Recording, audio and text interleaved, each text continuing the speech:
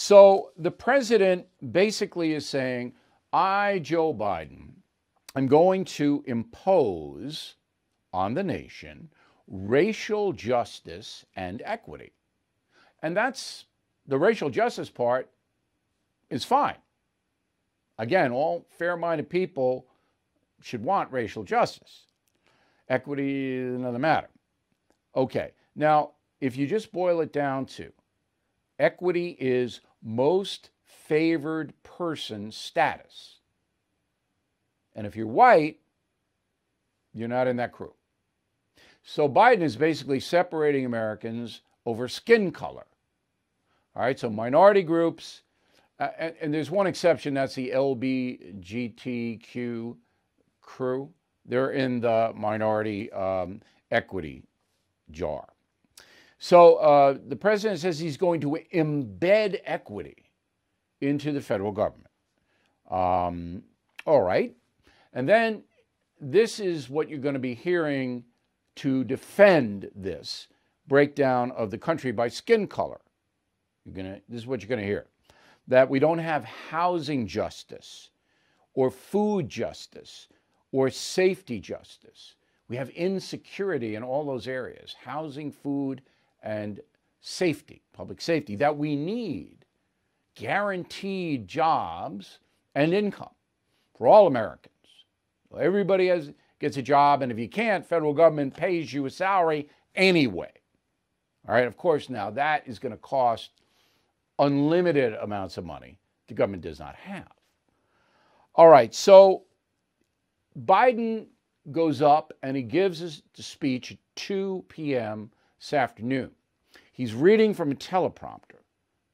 He's having trouble reading the teleprompter. He's slurring a lot of the words.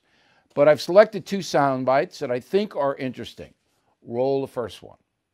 Housing is a right in America, and home ownership is an essential tool to wealth creation and to be passed down to generations. Today, I'm directing the Department of Housing and Urban Affairs and Urban Development to redress historical racism in federal housing policies. Housing is a right in America. Isn't that an interesting statement? Access to housing is a right.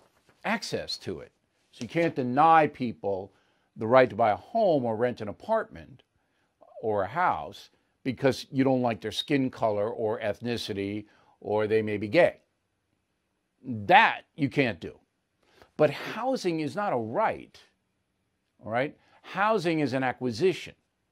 So when I started my career, I had no money, zero.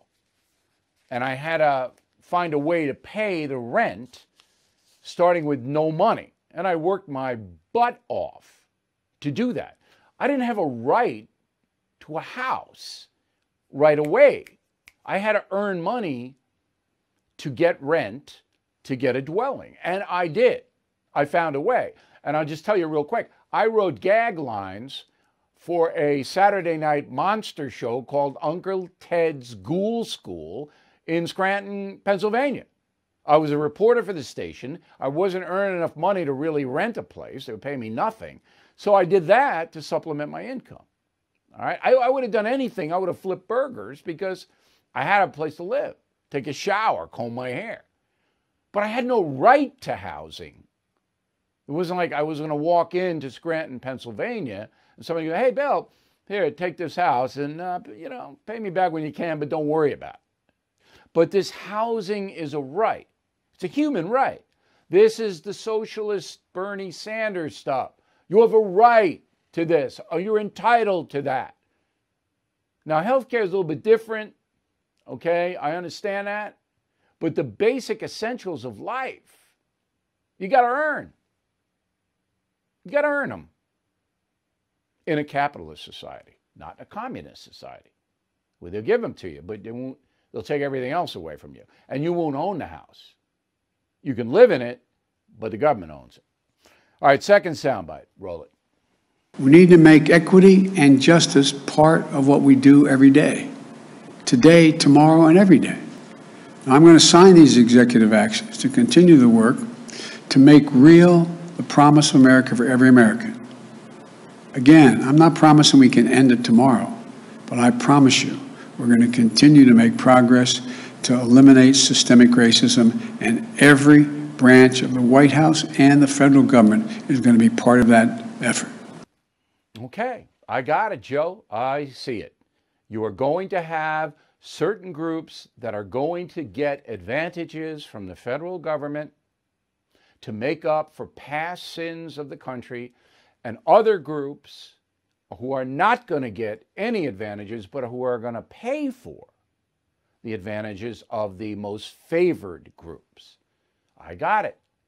That's what you are. That's what you'll do. And that is the result of the election of November 3rd. Right there.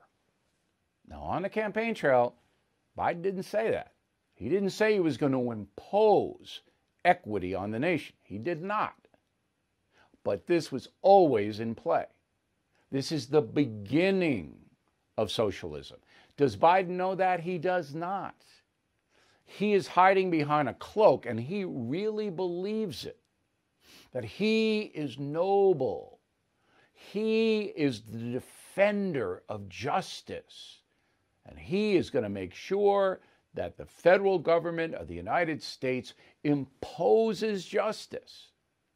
Now, interestingly enough, Donald Trump did more for minority groups and the poor than any president in the 21st and 20th century, maybe with the exception of FDR, and that's debatable.